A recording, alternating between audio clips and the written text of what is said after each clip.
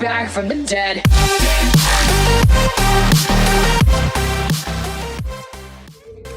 Hello friends, welcome back. അപ്പോൾ എല്ലാവർക്കും നമ്മുടെ പുതിയൊരു വീഡിയോയിലേക്ക് സ്വാഗതം. സോ നമ്മൾ ഇന്ന് ഡിസ്കസ് ചെയ്യാൻ പോകുന്നത് എക്സർസൈസ് കോണ്ടിനം എന്ന് പറയുന്ന ഒരു ടോപ്പിക്കിനെ കുറിച്ചാണ്. അതായത് എക്സർസൈസിന്റെ ഓർഡർ നിങ്ങളൊരു ബിഗിനർ മുതൽ ഒരു ഇന്റർമീഡിയറ്റ്, അഡ്വാൻസ്ഡ്, അങ്ങനെ ഹൈലി അഡ്വാൻസ്ഡ് ആയിട്ടുള്ള ആൾക്കാർ വരെ ഏത് രീതിയിലാണ് എക്സർസൈസിന്റെ ഓർഡർ സെറ്റ് ചെയ്യേണ്ടത് എന്നുള്ള കാര്യമാണ് ഞാൻ പറയാൻ പോകുന്നത്. അതായത് നിങ്ങൾ ആദ്യമായിട്ടാണ് ജിമ്മിൽ പോകുന്നതെന്നുണ്ടെങ്കിൽ നിങ്ങൾക്ക് കൺഫ്യൂഷൻസ് ഉണ്ടാവും. ജിമ്മിൽ നിങ്ങൾ ഒരുപാട് സംഭവങ്ങൾ കണ്ടിട്ടുണ്ടാവും, മെഷീൻസ് കണ്ടിട്ടുണ്ടാവും, പുള്ളീസ് കണ്ടിട്ടുണ്ടാവും, അതുപോലെ dumbbells, barbells, body weight training, ഇങ്ങനെ പല പല രീതിയുണ്ട്. ഇതിനകത്ത് ഏതാണ് നമ്മൾ ആദ്യം ചെയ്യേണ്ടത്? നമ്മൾ ജിമ്മിൽ ചെല്ലുമ്പോൾ തന്നെ ചെയ്യേണ്ടത് ബോഡി വെയ്റ്റ് ട്രെയിനിങ്ങുകളാണോ, പുഷപ്പുകളാണോ നമ്മൾ ആദ്യം ചെയ്യേണ്ടത്, ഇല്ലെങ്കിൽ പുള്ളപ്പുകളാണോ നമ്മൾ ജിമ്മിൽ ആദ്യം ട്രൈ ചെയ്യാൻ നോക്കേണ്ടത്, ഇല്ലെങ്കിൽ മെഷീൻസ്, ഏത് മെഷീൻസ്, എങ്ങനെ മെഷീൻസ് ആണോ നമ്മൾ യൂസ് ചെയ്യേണ്ടത്? ഇങ്ങനെ നിങ്ങൾക്ക് ഇഞ്ചുറി ഇല്ലാണ്ട് പ്രോപ്പർ ആയിട്ട് രീതിയിൽ ട്രെയിൻ ചെയ്യാനായിട്ട് ഏതൊക്കെ സാധനങ്ങളാണ് യൂസ് ചെയ്യേണ്ടതെന്നാണ് നമ്മൾ ഡിസ്കസ് ചെയ്യാൻ പോകുന്നത്. സോ ആദ്യം തന്നെ എക്സസൈസ് കോണ്ടിനത്തിൽ ഇതിന് ഓരോ ഓർഡർ അനുസരിച്ച് ഞാനിവിടെ അറേഞ്ച് ചെയ്യാൻ പോവുകയാണ്. അതായത് ഏത് എക്സസൈസ് രീതിയാണ് നിങ്ങൾ ആദ്യം ഫോളോ ചെയ്യേണ്ടത്, രണ്ടാമത് നിങ്ങൾ ഏത് രീതിയാണ് ഫോളോ ചെയ്യേണ്ടത്, പിന്നെ മസിൽസിന്റെ അഡാപ്റ്റേഷൻ സംഭവിക്കുന്നതനുസരിച്ച് ഏത് രീതിയിലേക്കാണ് നിങ്ങൾ ഇതിന്റെ അഡ്വാൻസ്മെന്റ്, അതായത് അഡ്വാൻസ്ഡ് ആയിട്ട് എങ്ങനെയാണ് നിങ്ങൾ ഇതിൻ്റെ അകത്തേക്ക് കൊണ്ടുവരേണ്ടത് എന്നുള്ള കാര്യങ്ങളൊക്കെ ആയിരിക്കും ഞാൻ ഡിസ്കസ് ചെയ്യാൻ പോകുന്നത്. അതിപ്പോൾ നമ്മുടെ ചാനലിൽ തന്നെ ഒരുപാട് പേഴ്സണൽ ട്രെയിനർ ആകാൻ ആഗ്രഹിക്കുന്ന ഒരുപാട് ആൾക്കാരൊക്കെ ഉണ്ട്. സോ അവർക്കും ഇതൊരു ഹെൽപ്പ് ആയിരിക്കും. കാരണം എന്ന് വെച്ചിട്ടുണ്ടെങ്കിൽ നിങ്ങൾക്ക് എങ്ങനെയാണ് ഒരു വർക്കൗട്ട് പ്രോഗ്രാം ഡിസൈൻ ചെയ്യുന്നത്, അതായത് പ്രോഗ്രഷൻ എങ്ങനെയാണ് നിങ്ങൾ ബിഗിനറായിട്ട് വരുന്ന ഒരാൾക്ക് കൊടുക്കേണ്ടത് എന്നൊക്കെയുള്ള കാര്യങ്ങളെക്കുറിച്ച് നിങ്ങൾക്ക് ഇതിനകത്ത് മനസ്സിലാക്കാനായിട്ട് സാധിക്കും. എന്ന് പറഞ്ഞാൽ നമുക്ക് നേരെ നമ്മുടെ വീഡിയോയിലേക്ക് പോയാൽ, എക്സർസൈസ് കോണ്ടിനത്തിൽ ആദ്യം തന്നെ എൻ്റെ സജഷൻ അനുസരിച്ച് നിങ്ങൾ ചെയ്യേണ്ടത് ഒരു മെഷീൻ ആൻഡ് പുള്ളീസ് യൂസ് ചെയ്തിട്ടുള്ള മൂവ്മെന്റുകളായിരിക്കണം. അതായത് നിങ്ങൾ ജിമ്മിൽ ആദ്യമായിട്ട് ബിഗിനറായിട്ട് ജോയിൻ ചെയ്യുന്ന ഒരാളാണ്, നിങ്ങൾ ആദ്യം സ്റ്റാർട്ട് ചെയ്യേണ്ടത് ഡംബലോ ബാർബലോ അതുപോലുള്ള സാധനങ്ങളൊന്നുമല്ല, നിങ്ങൾ മെഷീൻസ് ആണ് യൂസ് ചെയ്യേണ്ടത്. എന്ന് വെച്ചിട്ടുണ്ടെങ്കിൽ മെഷീൻസ് എന്ന് പറയുന്നത് ഓരോ എക്സസൈസ് ചെയ്യാനായിട്ട് സെറ്റ് ചെയ്ത് വെച്ചിരിക്കുന്ന ഓരോ പർട്ടിക്കുലർ സംഭവങ്ങളാണ്. അപ്പം ഇതിന്റെ ഒരു പ്രത്യേകത എന്ന് വെച്ചിട്ടുണ്ടെങ്കിൽ ഇതിൽ നിങ്ങൾക്ക് എക്സസൈസിന്റെ ഫോം പഠിക്കാനായിട്ട് നിങ്ങൾക്ക് പ്രത്യേകിച്ച് എഫേർട്ടൊന്നും എടുക്കേണ്ടി വരത്തില്ല. കാരണം ആ മെഷീന്റെ മൂവ്മെന്റ് പാത്ത് എന്ന് പറയുന്നത് ഏകദേശം ഒരേ രീതിയിൽ തന്നെയായിരിക്കും. അത് സെറ്റ് ചെയ്ത് വെച്ചിരിക്കുന്ന അതിന്റെ ആ ഒരു ലൈൻ ഓഫ് മോഷൻ എന്ന് പറയുന്നത് ഒരേ ലൈനിൽ തന്നെയായിരിക്കും. സോ ഈ എക്സർസൈസ് നിങ്ങൾക്ക് ബിഗിനർ എന്നുള്ള രീതിയിൽ നിങ്ങൾക്ക് ആദ്യം തന്നെ പഠിച്ചെടുക്കാനായിട്ട് ഏറ്റവും എളുപ്പം എന്ന് പറയുന്നത് മെഷീൻസ് ആയിരിക്കും. അത് മാത്രമല്ല, മറ്റൊരു ഇമ്പോർട്ടൻ്റ് ആയിട്ടുള്ള കാര്യം എന്ന് വെച്ചിട്ടുണ്ടെങ്കിൽ ഇത് മെഷീൻസ് കൂടുതൽ സേഫ് ആണ്. അതായത് നിങ്ങൾക്ക് എക്സ്ട്രാ വെയിറ്റ് പ്ലേറ്റുകൾ ആഡ് ചെയ്യാനോ അങ്ങനെ അതിനോ ഒന്നും പോകേണ്ട ആവശ്യമില്ല. കൂടുതലും പിൻ ലോഡർ ആയിട്ടുള്ള മെഷീൻസ് ഉണ്ടാകും. അതായത് നിങ്ങൾ ജസ്റ്റ് വെയിറ്റ് ഇൻക്രീസ് ചെയ്ത് മാത്രം കൊടുത്താൽ മതി. എന്നിട്ട് നിങ്ങൾക്ക് നിങ്ങളുടെ പ്രോഗ്രഷൻസ് അനുസരിച്ച് നിങ്ങളുടെ വെയിറ്റ് അനുസരിച്ച് കറക്റ്റ് ആയിട്ട് രീതിയിൽ ചെയ്യാൻ പറ്റും. മാത്രമല്ല, നിങ്ങളുടെ സ്റ്റെബിലൈസിങ് മസിൽസ് നിങ്ങൾക്ക് ഇവിടെ ഒത്തിരി യൂസ് ചെയ്യേണ്ടി വരത്തില്ല. ഉദാഹരണത്തിന് നിങ്ങളൊരു ബെഞ്ച് പ്രസ് നിങ്ങൾ ചെയ്യാൻ പോകുമ്പോൾ നിങ്ങളുടെ സ്റ്റെബിലൈസിങ് മസിൽസ്, അതായത് ചെസ്റ്റിന് വേണ്ടിയുള്ള ഒരു വർക്കൗട്ടാണ് ബെഞ്ച് പ്രസ് എങ്കിലും നിങ്ങളുടെ സ്റ്റെബിലൈസിങ് മസിൽ ആയിട്ടുള്ള ട്രൈസെപ്സും ഷോൾഡറും ഒക്കെ അവിടെ വർക്ക് ചെയ്യപ്പെടുന്നുണ്ട്. സോ ഈ വെയിറ്റിനെ ബാലൻസ് ചെയ്യാനായിട്ട് നിങ്ങളൊരു എഫർട്ട് അവിടെ കൊടുക്കുന്നുണ്ട്. സോ ഇവിടെ ഈ സ്റ്റെബിലൈസിങ് മസിൽസിന്റെ യൂട്ടിലൈസേഷൻ അത്ര ഉപയോഗിക്കപ്പെടുന്നില്ല. കാരണം എന്ന് വെച്ചിട്ടുണ്ടെങ്കിൽ നമ്മൾ ഈ മെഷീൻസ് ഒരു പർട്ടിക്കുലർ രീതിയിൽ സെറ്റ് ചെയ്ത് വെച്ചിരിക്കുന്നത് കൊണ്ട് തന്നെ നിങ്ങൾ നിങ്ങളുടെ ചെസ്റ്റിന് തന്നെ മാക്സിമം ടാർഗറ്റ് കൊടുത്ത് ഈ എക്സസൈസിന്റെ ഒരു രീതി പ്രോപ്പർ ആയിട്ട് പഠിക്കാനായിട്ട് നിങ്ങൾക്ക് സാധിക്കും. പിന്നെ ഇതിന് ചില ഡിസഡ്വാൻറ്റേജ് എന്ന് വെച്ചിട്ടുണ്ടെങ്കിൽ നിങ്ങൾക്ക് പുതിയ പല മെഷീനുകളും ഉണ്ടാക്കിയിരിക്കുന്നത് ഒരു ആവറേജ് പേഴ്സണിന്റെ സൈസും കാര്യങ്ങളും അനുസരിച്ചായിരിക്കും. അപ്പം ചിലപ്പോൾ ഒത്തിരി വലിപ്പം കൂടുതലോ അങ്ങനെയൊക്കെയുള്ള ആൾക്കാർക്ക് ചിലപ്പോൾ ഇതിനകത്ത് ചെറിയ ഡിസ്കംഫർട്ട് ഉണ്ടാകും. പക്ഷെ എന്നിരുന്നാലും നിങ്ങൾ ആദ്യം എക്സസൈസ് സ്റ്റാർട്ട് ചെയ്യുന്ന ഒരാൾ സ്റ്റാർട്ട് ചെയ്ത് തുടങ്ങുന്നത് മെഷീൻസും പുള്ളീസും ആയിരിക്കണം.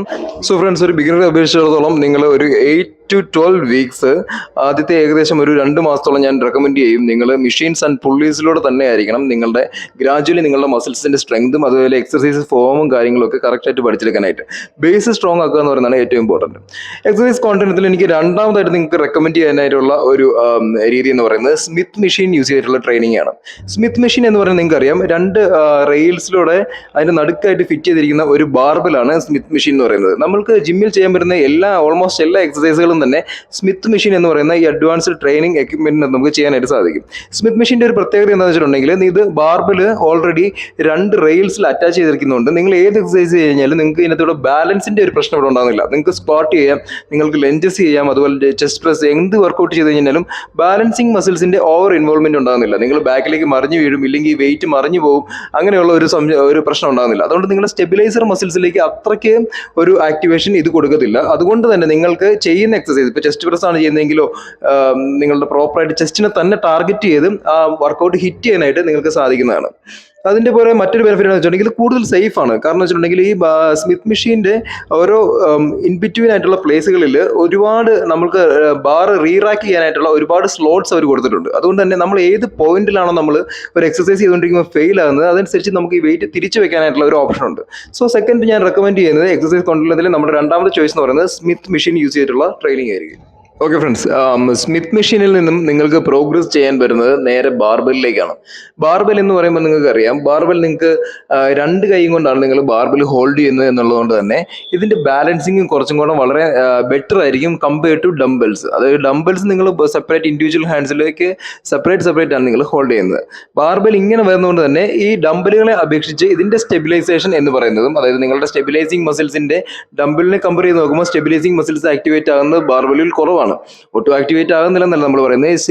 എന്ത് പറഞ്ഞാലും ഡംബിൾ ബാർബലോ ഒക്കെ ആണെങ്കിലും നമ്മൾ അതിനെ ഹോൾഡ് ചെയ്യാനായിട്ടും കാര്യങ്ങൾക്കും വേണ്ടിയിട്ട് പല സ്റ്റെബിലൈസിങ് മസിൽസും നമ്മൾ അവിടെ യൂസ് ചെയ്യപ്പെടുന്നുണ്ട്.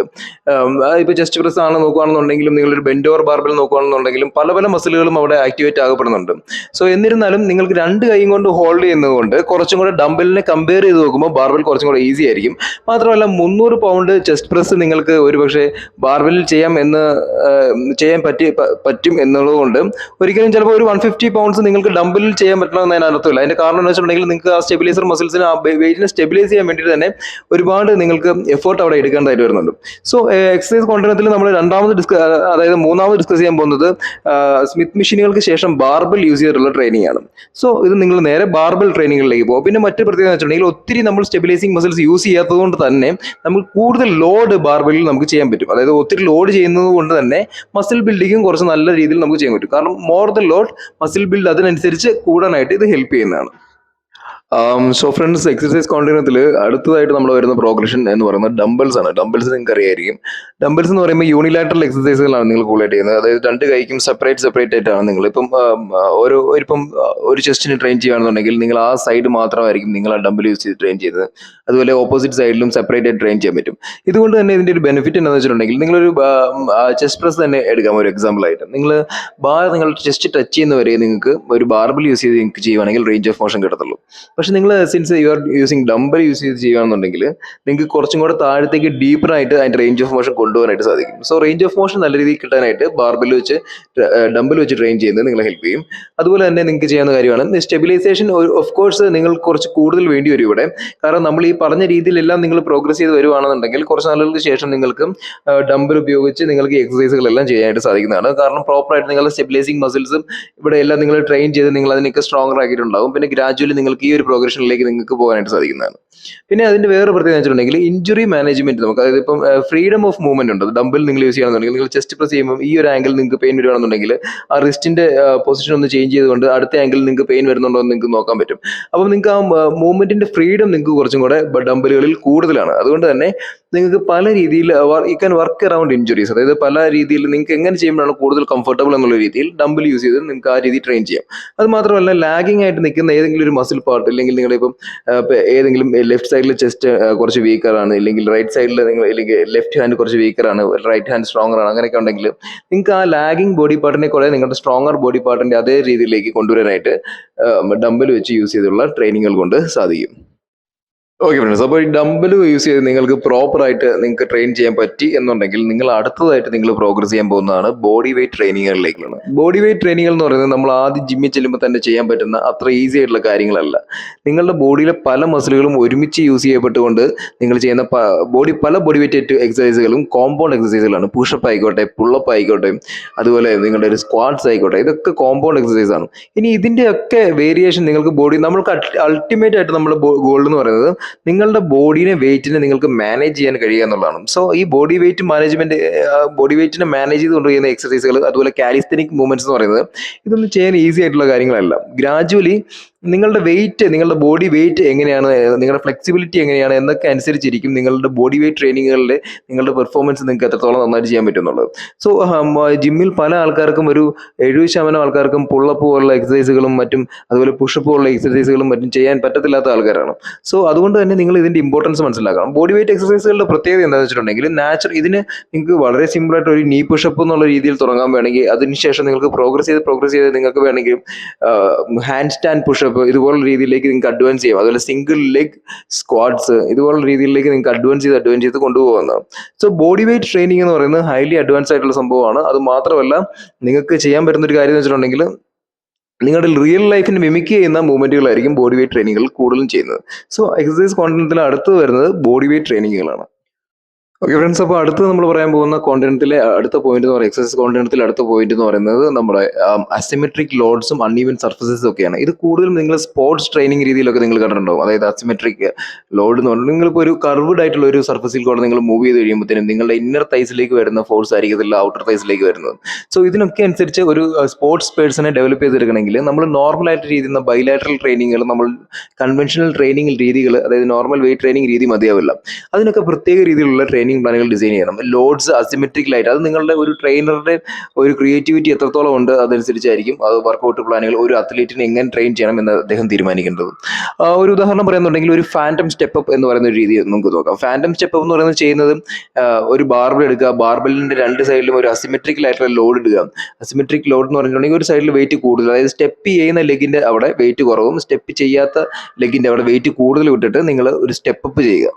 സോ ഇതുകൊണ്ട് എന്താ ബെനിഫിറ്റ് ഇടുന്നത് വെച്ചിട്ടുണ്ടെങ്കിൽ നിങ്ങളുടെ കോർ മസിൽസിന്റെ സ്ട്രെങ്ത് കൂടും. അതായത് ലാറ്ററൽ കോർ മസിൽസിന്റെയും അതുപോലെ തന്നെ നിങ്ങളുടെ ഹിപ്പിന്റെ ലാറ്ററൽ ഹിപ്പ് ആൻഡ് കോർ മസിൽസിന്റെ സ്ട്രെങ്ത് ഇവിടെ കൂട്ടാനായിട്ട് ഹെൽപ്പ് ചെയ്യും. അതുപോലെ തന്നെ നിങ്ങളുടെ ഗ്ലൂട്സിന്റെ ആക്ടിവേഷൻ കുറച്ചും കൂടെ കൂട്ടാനായിട്ട് ഹെൽപ്പ് ചെയ്യും. സോ അത്ലറ്റിക് വളരെ സ്പെഷ്യലി ഡിസൈൻഡ് ആയിട്ടുള്ള എക്സസൈസ് പ്രോഗ്രാമുകളായിരിക്കും ഇങ്ങനെയുള്ള രീതിയിൽ അസിമെട്രിക്കൽ ലോഡ്സും അൺഈവൻ സർഫസസും യൂസ് ചെയ്ത് നമ്മൾ ട്രെയിൻ ചെയ്യുന്നത്. അതുപോലെ കർവ്ഡ് ആയിട്ടുള്ള സർഫസിലൂടെ റൺ ചെയ്യിപ്പിക്കുക, നമ്മുടെ ട്രെയിനീസിനെ റൺ ചെയ്യിപ്പിക്കുക. ഇതുപോലുള്ള കാര്യങ്ങളൊക്കെ വളരെ കോമ്പൗണ്ട് ആയിട്ടുള്ള ട്രെയിനിങ് മെത്തേഡ്സ് ആണ്. സോ ഇത് വളരെ അഡ്വാൻസ്ഡ് ആയിട്ടുള്ള ഒരു ട്രെയിനിങ് മെത്തേഡാണ്.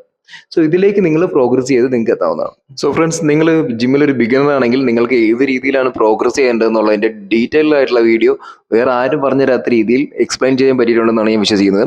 ഇനി ഈ ടോപ്പിക്കിനെ കുറിച്ച് നിങ്ങൾക്ക് എന്തെങ്കിലും സംശയങ്ങളുണ്ടെങ്കിൽ, ഇനി നിങ്ങൾക്ക് വേണമെങ്കിൽ നിങ്ങൾ ഒരു ട്രെയിനർ ആയി കഴിഞ്ഞാൽ നിങ്ങൾക്ക് ഒരു പ്ലാൻ നിങ്ങൾക്ക് തന്നെ ക്രിയേറ്റ് ചെയ്യാം. ഒരു ക്ലയന്റിന്റെ പ്രോഗ്രഷൻ എങ്ങനെ സെറ്റ് ചെയ്യണം എന്ന് നിങ്ങൾക്ക് തന്നെ തീരുമാനിക്കാം.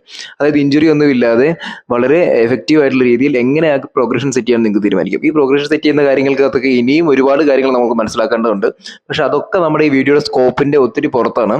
സോ അതെന്ത് പറഞ്ഞാലും നമ്മൾ അടുത്ത വീഡിയോകളിലായിട്ട് നമ്മൾ ഡിസ്കസ് ചെയ്യുന്നതാണ്. ഇതുപോലത്തെ ഇൻഫോർമേറ്റീവ് ആയിട്ടുള്ള കണ്ടന്റ് കാണാനായിട്ട് നിങ്ങൾ നമ്മുടെ ചാനൽ സബ്സ്ക്രൈബ് ചെയ്യുക. മറ്റൊരു വീഡിയോ ആയിട്ട് നമുക്ക് വീണ്ടും കാണാം. Till then you guys take care, stay healthy, stay hydrated.